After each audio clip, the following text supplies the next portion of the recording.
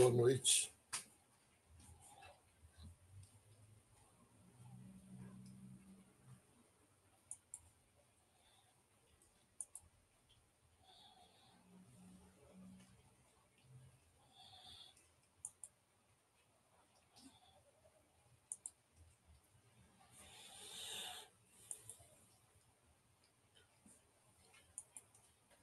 Boa noite, Verônica, Gustavo, Sara, Lília, Boa noite.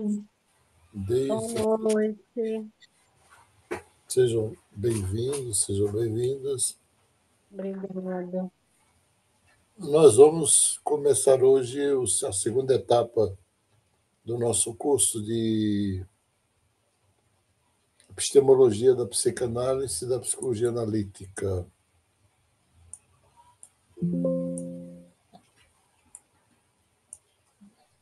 Boa noite. Boa noite. Com certeza, embora eu tenha feito formação em Freud, como eu já falei para vocês, mas é claro que eu vou me sentir mais confortável de trabalhar com Jung, né? Freud eu fico assim um pouco reticente para não criticar demais. Eu acho que Jung eu posso criticar porque eu sou junguiano. Eu vou usar como base aqui um slide meu, né? Já bem conhecido meu aqui, e nós vamos trabalhar um pouco, usar mais como roteiro, né? Na verdade, eu não gosto muito de slide, né? Eu me sinto meio perdido com slide. A começar pela a própria capacidade de usar aqui. Pronto, apareceu aqui. Estão todos vendo? Sim, professor. Então tá bom. Eu confesso que eu gosto dos slides, viu, professor? Eu consigo aprender melhor tendo uma via auditiva, que é o senhor falando, e uma visual, que é lendo, acompanhando o tópico que está sendo falado. Olha, tem nessa cadeira, eu acho que tem um material extraordinário lá, postado na disciplina. Se não tiver, eu vou pedir para postar, porque está no site anterior, né? Um aluno meu aqui fez um negócio assim maravilhoso com essa disciplina, então tem slide bastante. Eu vou usar aqui na medida do possível, porque eu me confundo com o slide, né?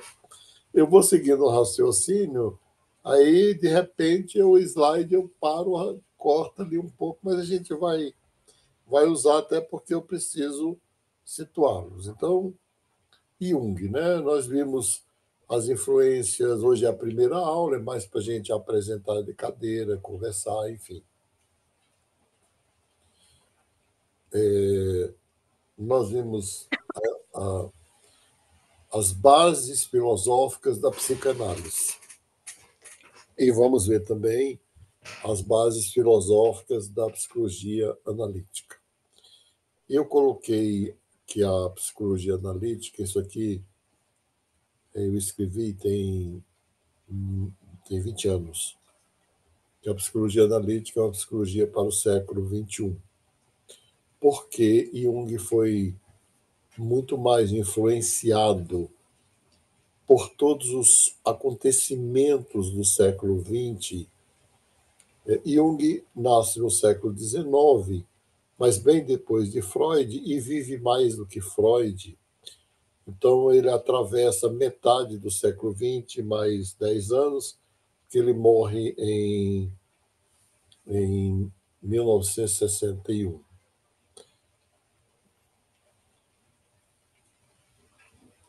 Jung nasceu em 26 de julho de 1875, em uma aldeia suíça, cursou medicina na Basileia, na Suíça, e doutorou-se em psiquiatria em 1900.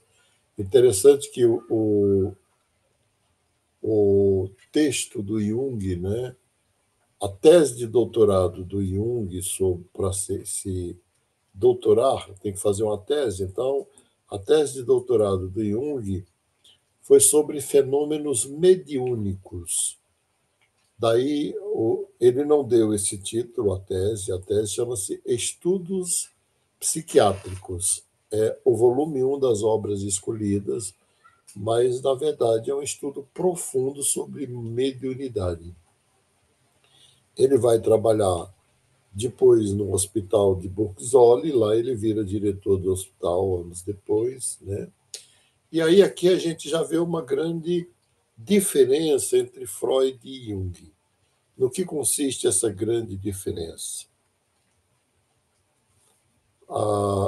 O Freud ele atende no consultório e atende as pessoas normais, a quem Freud carinhosamente chamavam de meus neuróticos normais. Porque o Freud dizia que para se tornar normal, o preço que nós pagamos para nos tornarmos normal é nos tornarmos neuróticos. Eu acho que ele está certo nessa afirmação, porque nós nascemos fundamentalmente animais e vamos nos tornar humanos. Continuamos animais, mas nós rompemos com toda a questão biológica, né? Seja na alimentação, na sexualidade, enfim, tudo. Nada em nós é só biológico, é também simbólico, é também psicológico, é também uma linguagem. Então, neste processo de se transformar de um animal num animal humano, nós pagamos um preço caríssimo, salgado, que é de desenvolvermos algumas manias e algumas neuroses, e todos nós temos algum nível de neuroticismo. O que vai caracterizar uma pessoa neurótica mesmo, na concepção freudiana, dos demais neuróticos chamados normais, é quando aquele nível de neurose compromete as relações, os contratos, a vida cotidiana, essas coisas todas aí. E já Jung ele vai trabalhar dentro de um hospital psiquiátrico. Alguém aqui já esteve dentro de um hospital psiquiátrico? Não hoje, porque hoje é muito mais light. Mas alguém aqui já esteve num hospital psiquiátrico na década de 90, de 80, na primeira década do século XXI? Não. Eu estive. Esteve, Sara? Onde você esteve? Eu estive visitando, mas estive num manicômio Shangri-La, daqui de Londrina. Hoje ele tem outro nome, hoje ele é Hospital Vida, mas Isso. não deixa de ser o manicômio. Depois da Lei Paulo Delgado, né, que o deputado apresentou uma lei de reforma psiquiátrica radical, e essa lei vingou no Brasil, são poucas leis que vingam. Muitos... Professor, você lembra Pois não. por gentileza, da lei? Paulo Delgado. E você lembra o ano, mais ou menos, assim? Não, mas é fácil, é só jogar aí no Tá. Lei Paulo Delgado. Mas até a Lei Paulo Delgado, eu fui professor de psicopatologia no Rio na década de 90 e professor de psicopatologia, eu fui professor lá no IBMR e aqui na Universidade Mackenzie. E dentre as atividades que eu desenvolvia com os meus alunos, para eles entenderem bem a diferença entre neurose e psicose, nós visitávamos muitas vezes, em cada semestre, eu ia com turmas pequenas, os hospitais psiquiátricos e convivíamos um dia inteiro dentro do hospital psiquiátrico naquela época com os esquizofrênicos e os psicóticos. O impacto é muito grande, né? Vocês, assim,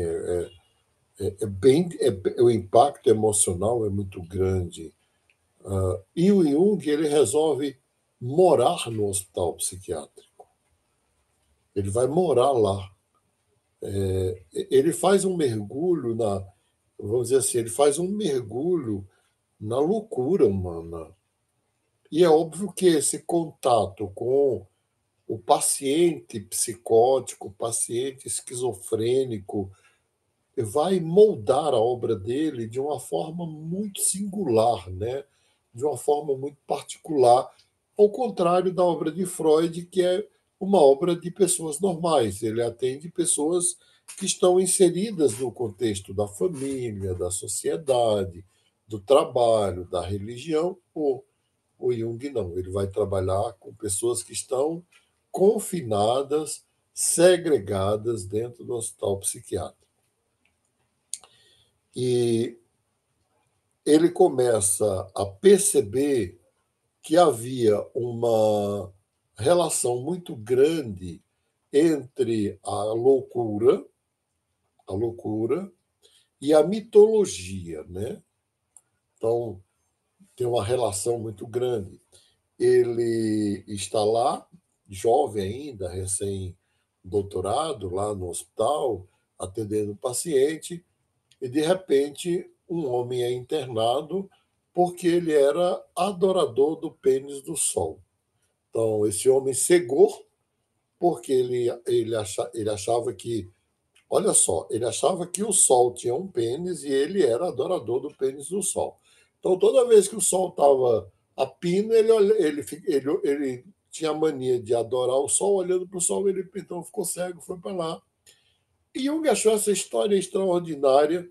E numa viagem dele ao Museu de Londres, ele vai pesquisar lá as religiões pré-cristãs, né, indo-europeias, e ele fica absolutamente chocado porque ele encontra um grupo no mundo antigo, um grupo de adoradores do pênis do sol. E aí ele fica bastante impressionado. Essa relação vai ser comprovada por uma discípula dele, que foi de quem eu sou discípulo, que é a Anísia da Silveira. Se alguém aqui visitar o Museu das Imagens do Inconsciente, no Rio de Janeiro, no Hospital de Engenho de Dentro, vai encontrar muita mitologia nas obras daqueles internos. Especialmente, vai encontrar uma obra em todos, né? Por exemplo, se você. Agora, os vídeos dela estão todos no Google, os casos clínicos dela estão todos no Google. Se você jogar no Google lá, pode assistir, por exemplo, A Barca do Sol. A Barca do Sol é um caso clínico de esquizofrenia construído muito a partir da mitologia antiga. Então, as influências que Jung vai sofrer são diferentes da do Freud e algumas são semelhantes. É por isso que eu pretendo chamar essa cadeira aqui de Freud e Jung, diálogos e confrontos, né? Porque ao mesmo tempo que eles têm grandes diálogos, eles têm também grandes confrontos. E aí, outra formação muito grande que Jung vai ter, que, diferentemente do Freud, é a formação, é a influência da religião. Só que, para ele, ele vai descrever isso no livro Memórias, Sonhos e Reflexões. Eu vou postar depois esse slide, pedir amanhã para as meninas postar, uma das meninas postar no grupo lá.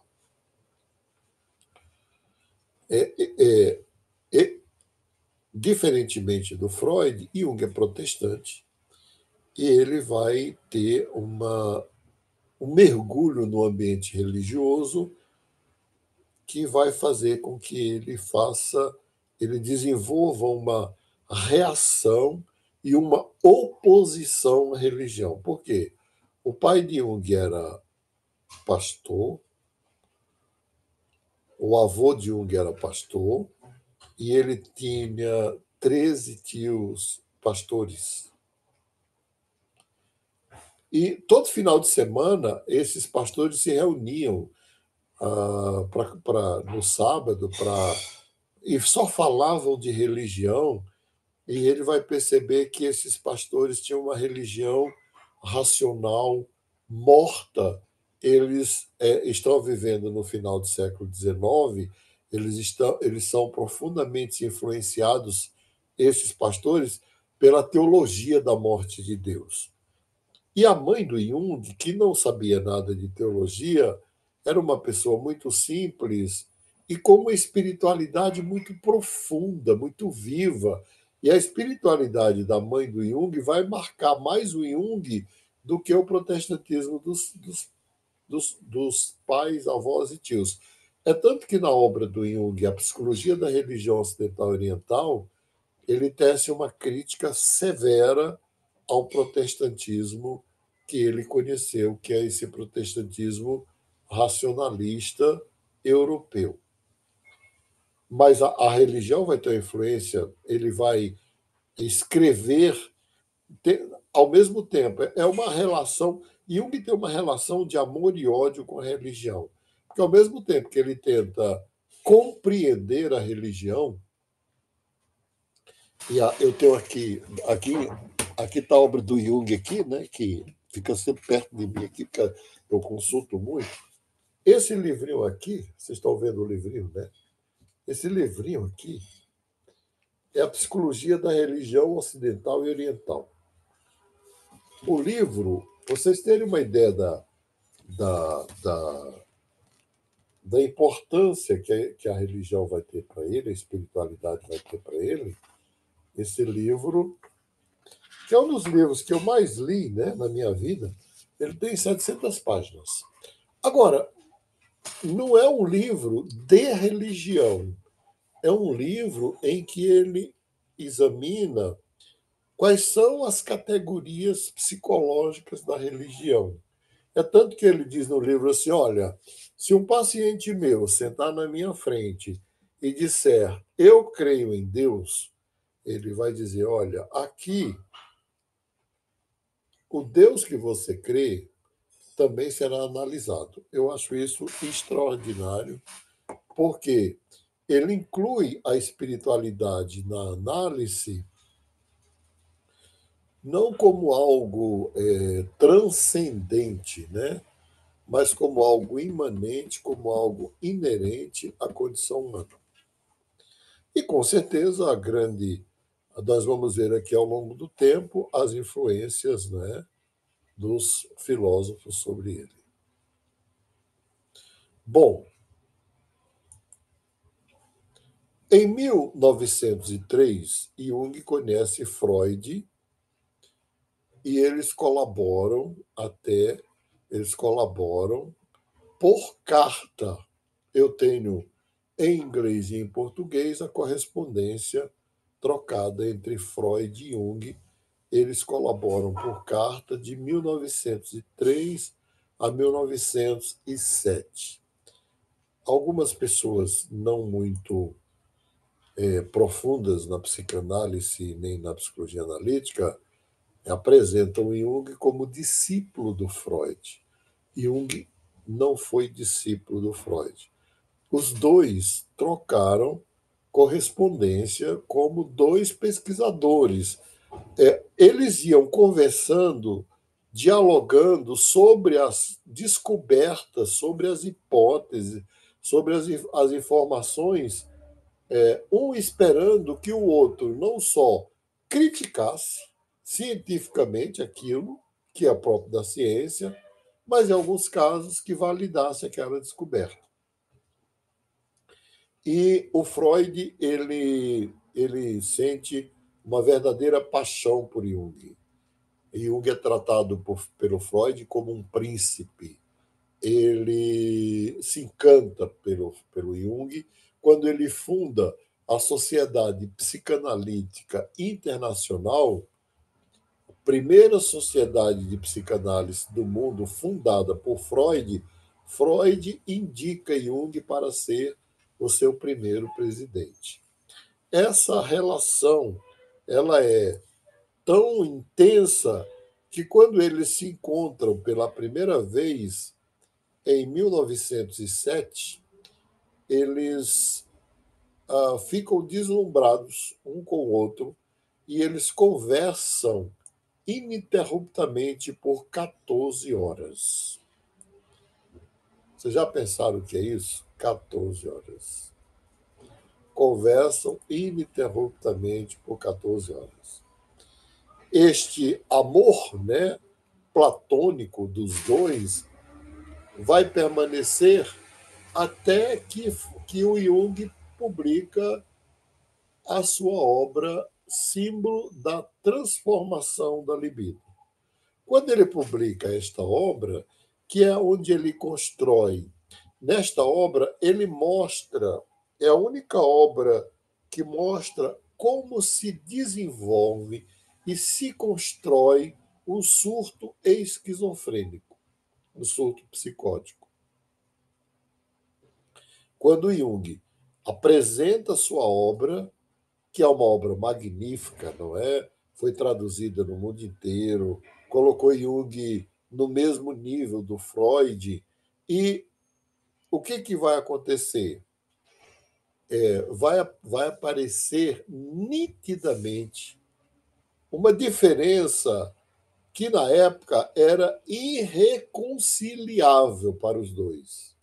E aí não tem nada a ver com gosto, afeto, eles nunca brigaram, eles nunca se desentenderam, mas ficou muito claro que a mente de um era diametralmente oposta à mente do outro. Eles viam o mundo de forma completamente diferente. Se fosse hoje, no mundo de hoje, do século XXI, o que Freud teria feito era se aproximado mais dele, porque com uma visão tão díspare, tão divergente, ele teria contribuído mais para a causa psicanalítica. Mas, na época, se pensava que posições filosóficas antagônicas eram irreconciliáveis. E a posição consiste exatamente em que o Freud, né, ele vai se firmar no materialismo aristotélico e Jung vai se firmar no idealismo platônico. E quem conhece filosofia sabe que estas duas posições elas são antagônicas, são irreconciliáveis. Do ponto de vista junguiano, que é o meu ponto de vista também, elas são complementares, elas não são antagônicas, mas para o mundo de então elas eram antagônicas. E aí eu quero Professor, ouvir um só pouco. repete para mim, por favor, que Freud ele era materialista, aristotélico e Jung era... Vou colocar aqui, tá vendo? Ah, tá. Freud Idealismo platônico, tá, João? firma-se no materialismo aristotélico, então ele era materialista no sentido filosófico, não tem nada a ver com esse conceito de materialismo que a gente usa no cotidiano, no dia a dia, não é? E Jung era neoplatônico. Por isso mesmo ele era idealista. Hoje o materialismo é chamado de realismo e o idealismo continua sendo chamado de idealismo. Eu, filosoficamente, me descobri idealista, até porque o primeiro livro de filosofia que eu li foi A República de Platão, com 16 anos. E aí, depois, Aristóteles, eu li. Eu fiz filosofia também, então, depois Aristóteles ficou muito distante das coisas que eu imaginava, pensava. A gente vai ver aqui com calma que quando você fala assim, fulano fulano é realista, ou é materialista, ou ele é idealista, a gente está falando de uma estrutura da mente, de uma forma de ver o mundo que, na verdade, a gente pode dizer hoje assim, que você não se converte ao materialismo filosófico ou ao idealismo platônico, você é capturado por ele. Não. E aí pronto. Né? Vamos lá, toda a minha influência foi Platão, Agostinho, com toda certeza, né? No meu caso, Platão, Agostinho, Lutero, agostiniano, né? Calvino, agostiniano, e Jung, também agostiniano, porque na obra dele, Tipos Psicológicos, um terço da obra ele dedica à patrística. Ele conhece mais a patrística do que eu. E olha que eu estudei a patrística pra caramba. Mas ele conhece mais. Tem um texto meu sobre um texto psicológico, onde eu faço uma análise psicológica da ceia do Senhor, e eu cito Jung. Jung sabe mais da ceia do ponto de vista psicológico do que os clérigos, padres, pastores. Ô, professor, Oi, professor, oi. perguntar para a Laura, que ela é da teologia, se ela já Isso. leu o Confissões do Santo Agostinho. Ah, tá, porque é um livro muito bonito, né?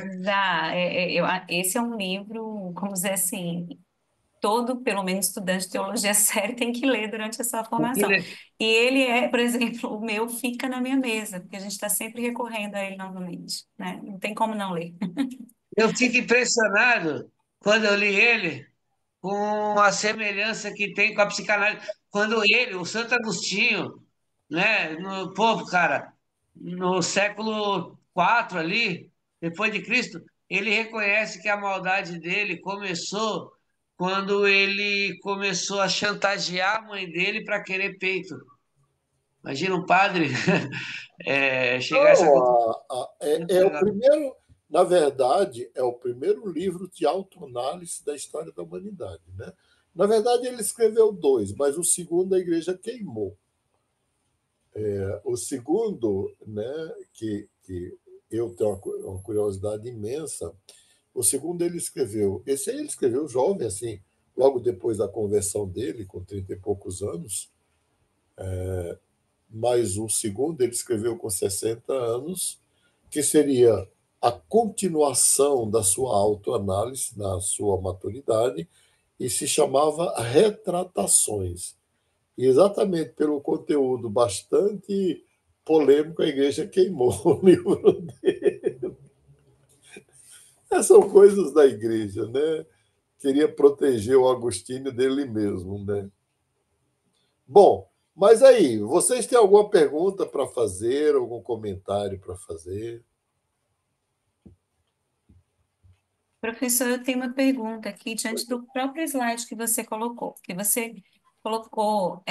que a diferença, né, assim, drástica entre eles era o conceito de libido, né? Freud Isso. dentro de uma perspectiva de materialismo aristotélico e Jung idealismo neoplatônico. Explica um pouquinho para a gente, né, essa Não, eu vou diferença. explicar totalmente, mas eu vou responder a tua questão, porque eu acho que ela tem um texto meu, infelizmente, estou tendo problema, alguns probleminhas com o site novo, então estava lá, tiraram, mas eu posso até mandar a parte também no grupo, que foi o meu TCC de psicologia. Olha só, né, eu era abusado. No meu TCC de psicologia, eu fiz sobre o inconsciente coletivo e a diferença da libido em Freud e Jung.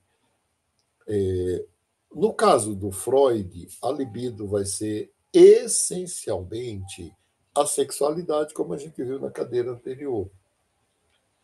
No caso de Jung, ele vai resgatar o conceito grego de libido, que era de elan vital ou vitalidade. Bom, é isso que vai aparecer no símbolo da transformação da libido, e o Freud fica furioso com isso,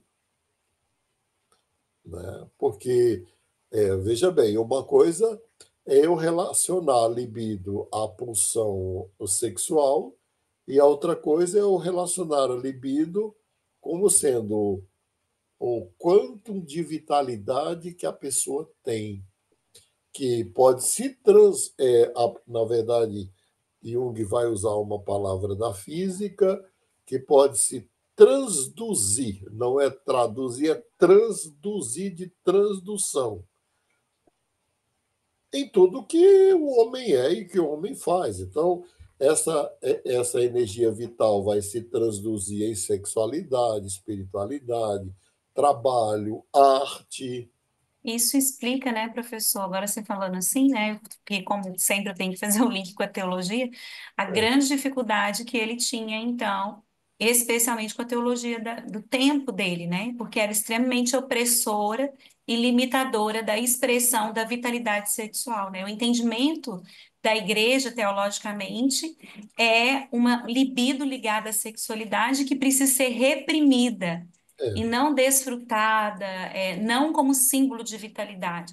É, Então, eu, agora faz todo sentido, né? A é, força de Jung contra a religião nesse sentido também. sim, porque é pena que Jung não viveu para ver o advento do pentecostalismo, porque Jung, nessa obra aqui, né, a Psicologia da Religião Ocidental Oriental, na verdade, ele faz uma espécie de profecia, porque ele acha que o protestantismo deveria voltar às suas raízes e resgatar todo o simbolismo, a questão da própria vitalidade, da própria libido dentro da igreja, da religião, né?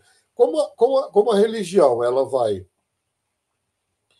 Bom, se colocar religião aqui, eu não dou aula, porque eu estudei religião a vida inteira.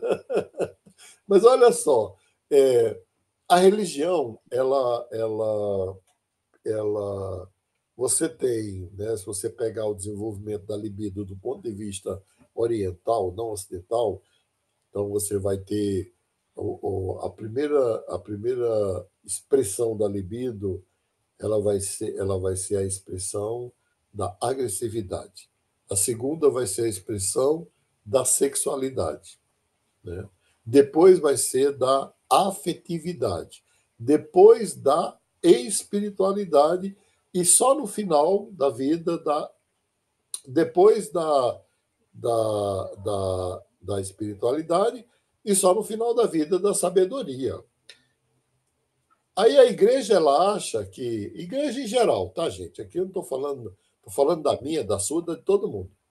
A igreja ela acha que deve reprimir a agressividade e a sexualidade para o sujeito se tornar espiritual. Ele se torna um perverso. Se torna perverso. É, agressividade, sexualidade, Agressividade, sexualidade, afetividade Espiritualidade e sabedoria. e sabedoria. assim, Isso fica muito claro no símbolo no livro Desenvolvimento da Personalidade do Jung, que não dá para pular etapa. Não dá. O sujeito tem que viver a agressividade, viver a sexualidade, para, quem sabe, chegar na afetividade, não é? Eu estava ouvindo aí uma fala do Clóvis Carvalho, né? Ele falando assim, erotismo, né? Erotismo ou ágape. Ele fala, não é erotismo ou ágape, são os dois. Erotismo ou afetividade, não é erotismo ou afetividade. E nós somos tão adoecidos por esse maniqueísmo que se criou no Ocidente, que tem pessoas que são capazes de, vamos lá, elas sentem um amor profundo por uma pessoa, mas sente tesão por outra. Não pode sentir os dois pela mesma pessoa. Isso é comum na clínica psicológica. Ela sente amor profundo por uma pessoa e desejo sexual por outra diferente. Porque os dois amores, eles são, do ponto de vista dessa distorção que nós temos no Ocidente, eles são impossíveis de habitar no mesmo corpo, na mesma alma, na mesma pessoa. É um negócio de doido, né? Jung, mas a concepção do Jung rompe com esse modelo, não é? E fala, olha, é possível que alguns vão ter um foco profundo na sexualidade, outro na espiritualidade, outro na arte. E a gente vê isso mesmo, outro na própria ciência, né? O próprio Freud, ele se dedicou tão intensamente à ciência que aos 40 anos ele perdeu o desejo sexual. Ele viveu mais 41 anos sem nenhum desejo sexual. O desejo dele era só intelectual.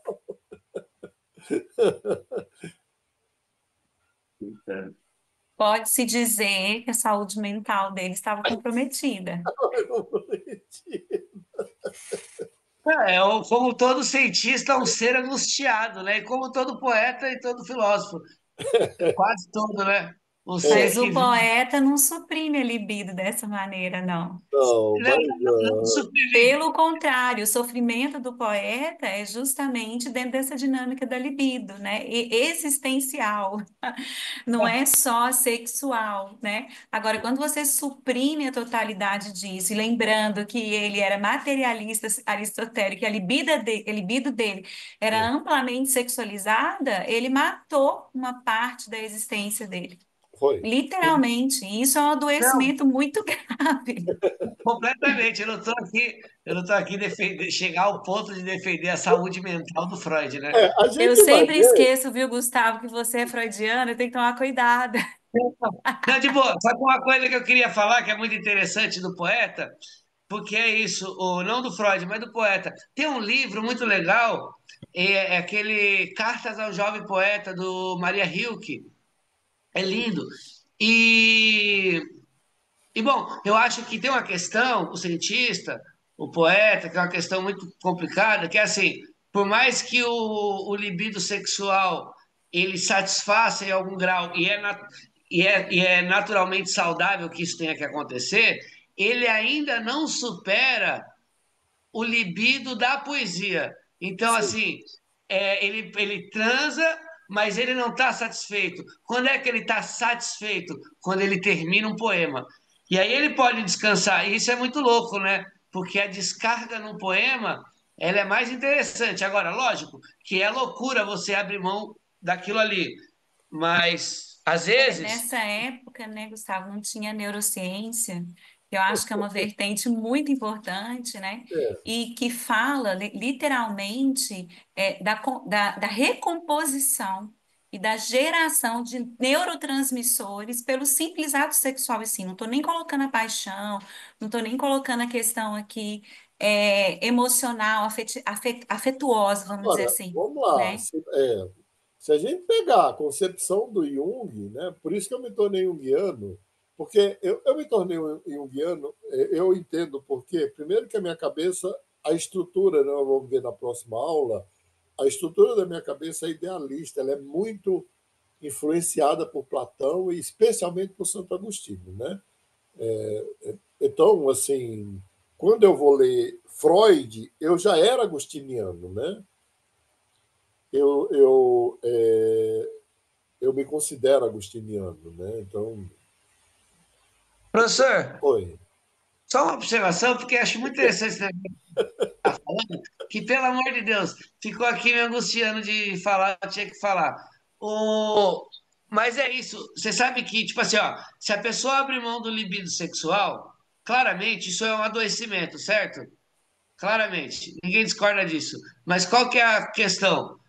O poeta, e aí o quê? Ele está disposto a enfrentar o adoecimento e enfrentar a psicose, se for o caso, como muitos enlouquecem, porque vale a pena. Tipo, se for para ficar louco e fazer poesia, que assim seja. Para o poeta, quem se entrega, tipo assim, vale a pena, entende? Eu não sei se eu estou me fazendo entender. Sim, Não mas sou eu, eu não sou estava eu essa pessoa, eu tava mas pensando aqui que se você conseguir, na sua jornada, viver, né? Viver no sentido junguiano de integrar, né?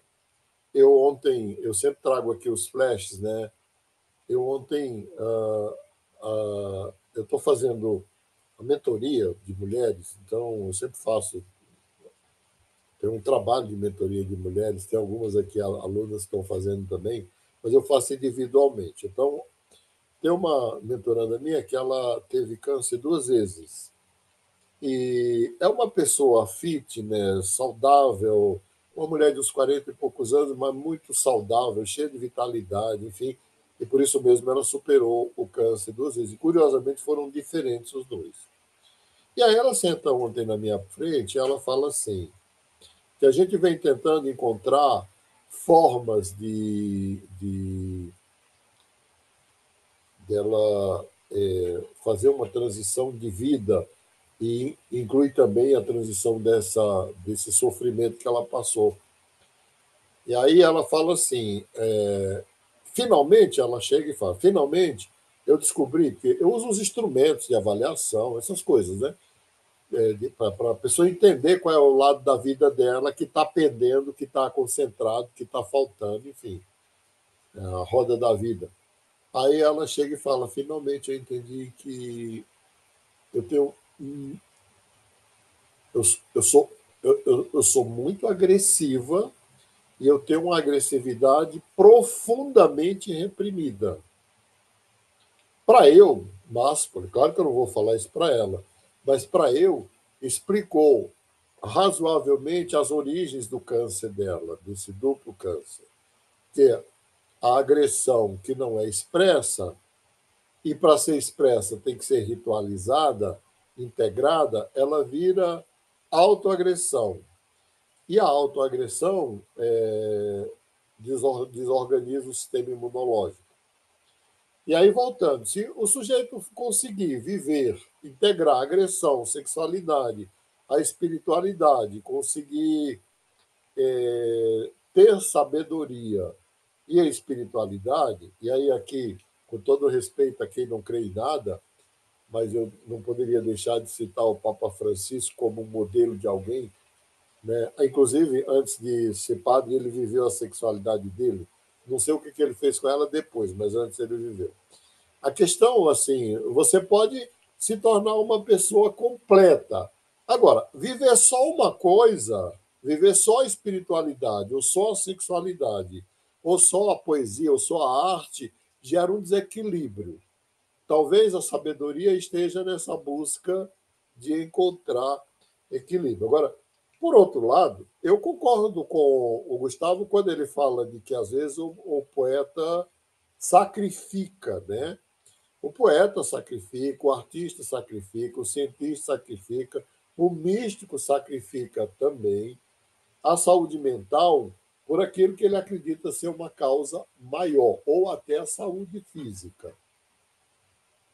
Mas quando a gente pensa aqui, que é o nosso caso, que nós nos pretendemos terapeutas, a função é levar o nosso paciente a buscar o equilíbrio. Então, ontem, a sessão de mentoria foi vamos pensar primeiro em aceitar a agressividade e depois como expressar ritualisticamente essa agressividade. Aí chegamos à conclusão de que ela deveria fazer artes marciais.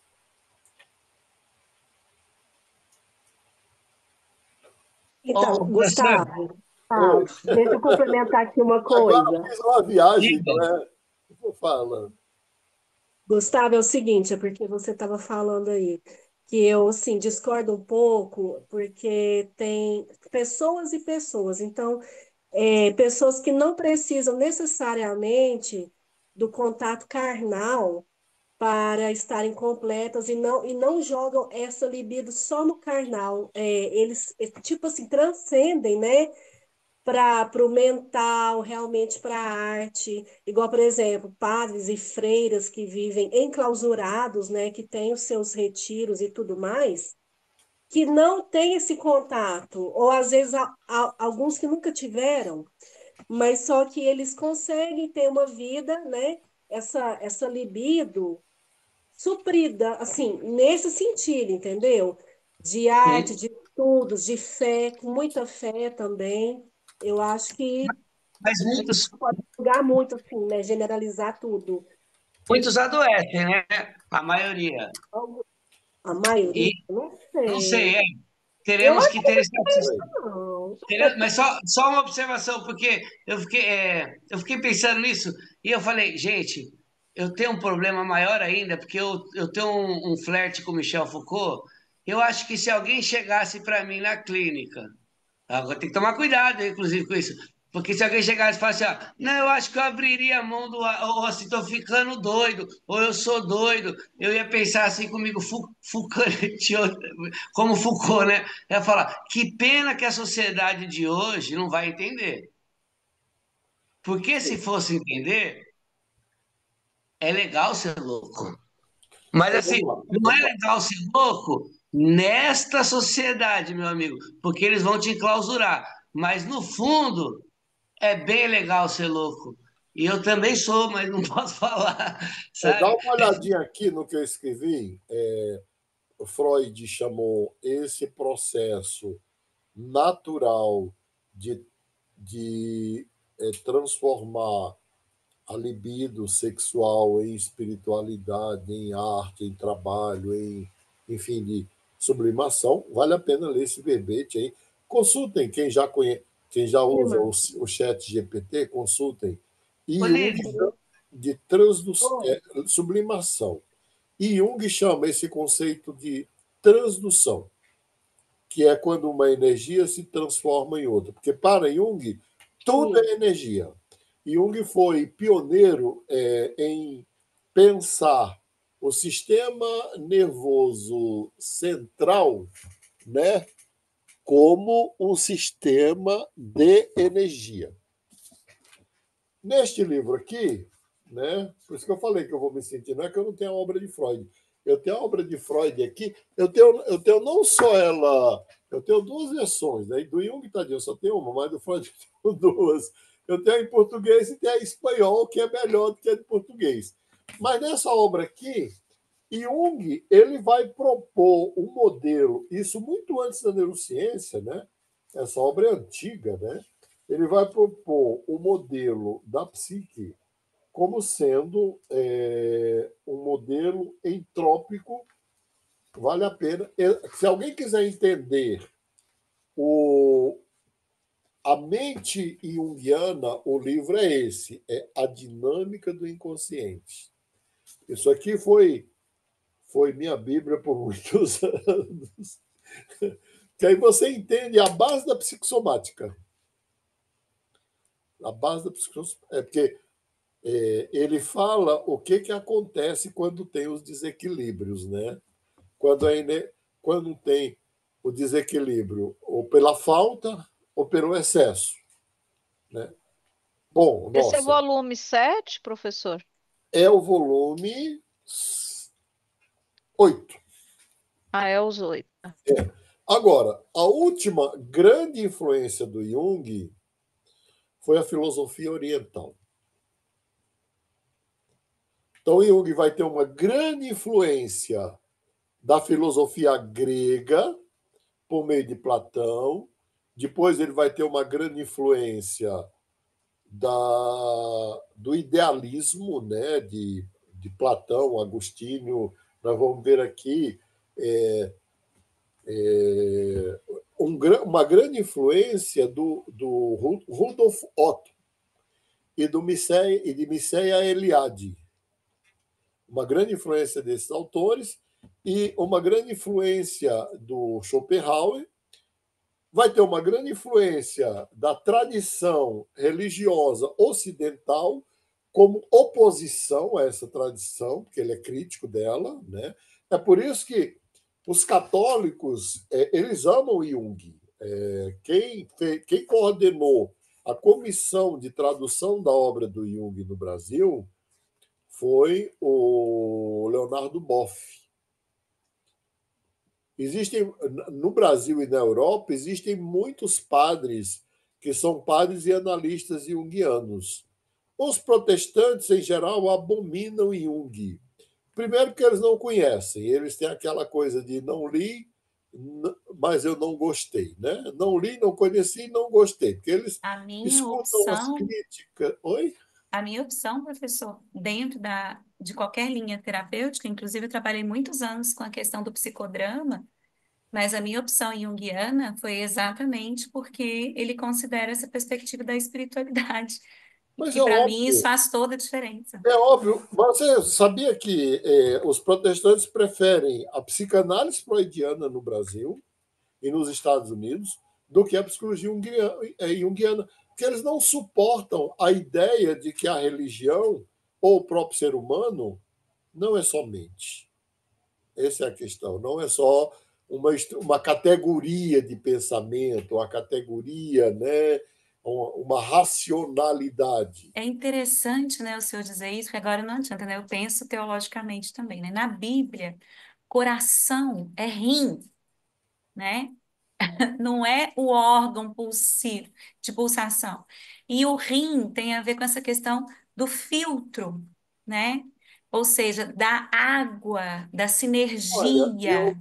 eu vou abrir um grupo de estudo para estudar um pouco. Eu estou com 68 anos e eu tenho algumas coisas que eu tenho que deixar aí, que vou fazer um grupo de estudo para estudar um pouco da influência da Bíblia no pensamento do Jung e um pouco da psicologia da Bíblia, não é? Porque eu estudei a Bíblia a vida inteira, então, assim, e a psicologia a vida inteira, e dentro das instituições não existe esse diálogo. Eu concordo com você, né? A, a, o, prote, o, eu não, quando eu falo em protestantismo, estou falando de protestantismo histórico, né? Embora hoje ninguém faça mais essa diferença, mas o protestantismo histórico ele peca exatamente por isso e ele não suporta a crítica que o Jung faz. Assim. É uma questão de ego, né? Ego mesmo, enfim.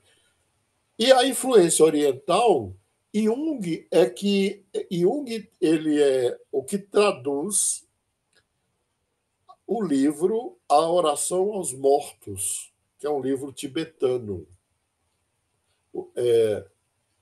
É um livro maravilhoso de espiritualidade tibetana e Jung ele é considerado o que mais dialogou com o orientalismo e a filosofia oriental. É tanto que nesta obra aqui ele dedica um terço da obra às religiões orientais. E para escrever, do ponto de vista psicológico, ele teve que entender, teve que estudar, teve que aprofundar, né? E bom,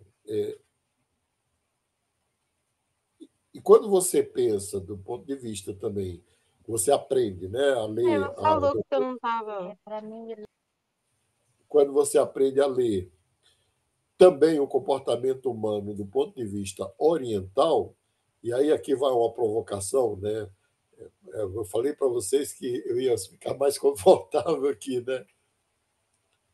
O cristianismo não é ocidental, ele é oriental.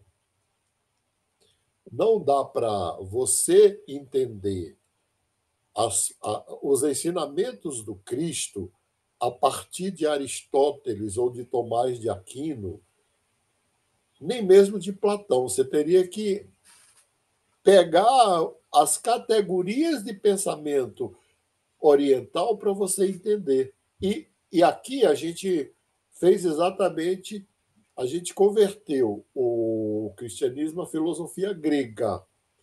E Jung faz essa crítica, ele fala assim, olha, nós deveríamos entender um pouco do comportamento oriental para poder fazer uma crítica ao nosso comportamento. Então, vou dar só um spoiler para vocês. Né?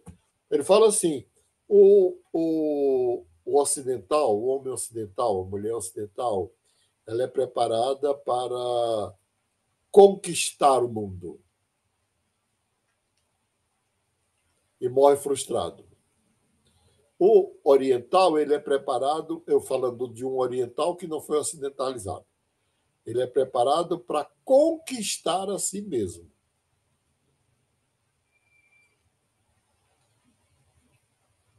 É diferente. Então, a educação ocidental é para você ser um conquistador do outro. A educação oriental é para você ser um conquistador de si mesmo. Bom, só isso já é uma diferença imensa. Mas a gente ainda tem alguns minutinhos, eu quero abrir para ver se alguém tem alguma pergunta ou alguma observação, né? Professor, Pois não. esse pensamento oriental, ele casa bem com aquela frase do Agostinho, que é muito bem difundida, né? Eu te procurava fora, mas você estava dentro, né? E é o que a Teresa d'Ávila também vai demonstrar no Castelo Interior e Moradas, né? É. A outra questão que eu ia colocar aqui é que o Gustavo questionou, né, o não ter a vida sexual, por exemplo, no caso de religiosos. Eu convivi bastante com religiosos e posso dizer que tem que existir uma predisposição natural. Há muitos padres que realmente fazem coisa errada, que vão para a igreja e são gays para abafar isso da família e continuam tendo seus casos escondidos, mas tem muita gente que vai por vocação mesmo. Porque é como se fosse um assexuado, não tem essa necessidade e busca sublimar isso ajudando o outro, sendo um pai espiritual ou uma mãe espiritual do outro, e trabalha Concordo. isso muito bem. E a igreja, no caso da É, Igreja Católica, que é o que eu conheço, né? eu Ela sou, eu sou amigo de uma teóloga católica, né? Porque eu sou ecumênico, né? Eunucos, a Maria José, eunucos pelo reino de Deus. Essa foi a tese dela, eunucos pelo reino de Deus. Ela foi freira, largou o hábito e se tornou uma grande teóloga, professora do doutorado e mestrado de ciência da religião da PUC. E ela vai falar exatamente, ela faz uma crítica a essa, porque assim, se você tirar a sublimação, o que sobra é a repressão. E aí eu sou freudiano nisso. Eu acho que aonde tem repressão, tem Também. o purão e a perversão debaixo do purão. Isso que eu ia citar, Eu, professora. A pessoa não pode. deixa eu fazer uma observação Deixa que. ela falar primeiro, aí você É fala. assim, Gustavo, desculpa, licença, é o Pode seguinte. falar, eu Estou aqui escutei. pensando para falar para vocês. Eu estava raciocinando aqui comigo.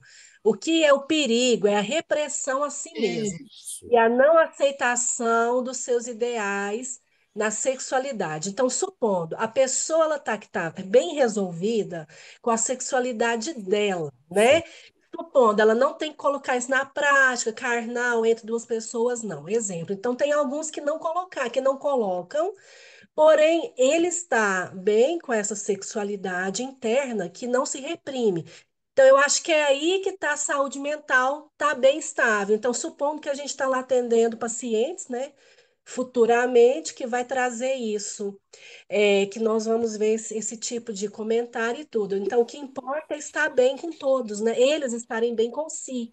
Agora, se não, se tiver essa repressão, aí já é uma coisa que se complica, eu acho. A repressão, as saídas para a repressão, né? Ou somatiza, Isso. ou desenvolve doenças mentais, ou perversões sexuais e outras, ou adições. Uhum. Eu conheço casos de psicose mesmo. Eu Pessoas que também, eu também, desenvolverem psicose por conta dessa repressão eu também. acentuada da sexualidade. Eu também. A psicose, e conheço muitos de depressão, né, de adição, especialmente no ambiente religioso, né, de todas as religiões. Né? professor, Agora, quando o sujeito tem essa virtude da transdução, da sublimação, é maravilhoso. São pessoas realmente iluminadas do ponto de vista da existência humana, que elas são capazes de ter o amor desinteressado. Né? Uhum. professor, quando a gente pensa nessa perspectiva religiosa, né, dentro do contexto católico, por exemplo, né, que é o que eu conheço, Os padres e freiras, eles têm todo um aparato psicológico, eles estudam um pouco da psicologia dentro do seminário, né? E são Os obrigados a pastores fazer, protestantes e os rabinos também. e aí eles têm que fazer um acompanhamento psicoterapêutico ali, eles são obrigados a fazer. Então, existe um aparato. Acho que o perigo maior é os fiéis. Hoje a gente vê muitos fiéis católicos radicais que querem viver a castidade de forma forçada. Então, a gente vê muita moça aí chegando, passando dos 30, virgem, e ficando. Você vê, isso porque eu conheço gente pessoalmente, tá? Eu É, também. Aham. assim, é triste ver que a pessoa não sabe lidar com aquilo, é resistente a buscar ajuda e está começando a ter problemas Professor, mentais por causa disso, né? Eu vou ter que parar aqui, porque a gente vai já já para a supervisão, né? Vamos planejar a nossa supervisão, mas alguns alopram, não é? Alopram, né? professor, Oi. só fala em um segundo assim, vou sintetizar o que eu penso. Mas para mim, o padre é o louco que acreditou na sua loucura e seguiu firme nela, entendeu? Ele não deixa de ser um louco por ele estar bem. O Gustavo Olha, é muito romântico, gente. Cadê seu livro de poesia, Gustavo? Você tem que Gustavo, mostrar pra gente. O Freud dizia que o Problema, religioso, bom, inclusive. o Freud dizia que esse religioso que sublimou, ele não precisa de psicoterapia porque ele desenvolveu um tipo de loucura que o protege da loucura. Isso também, viu? É um bom lugar para o louco se esconder saudável. Até já, até já. Ah, não.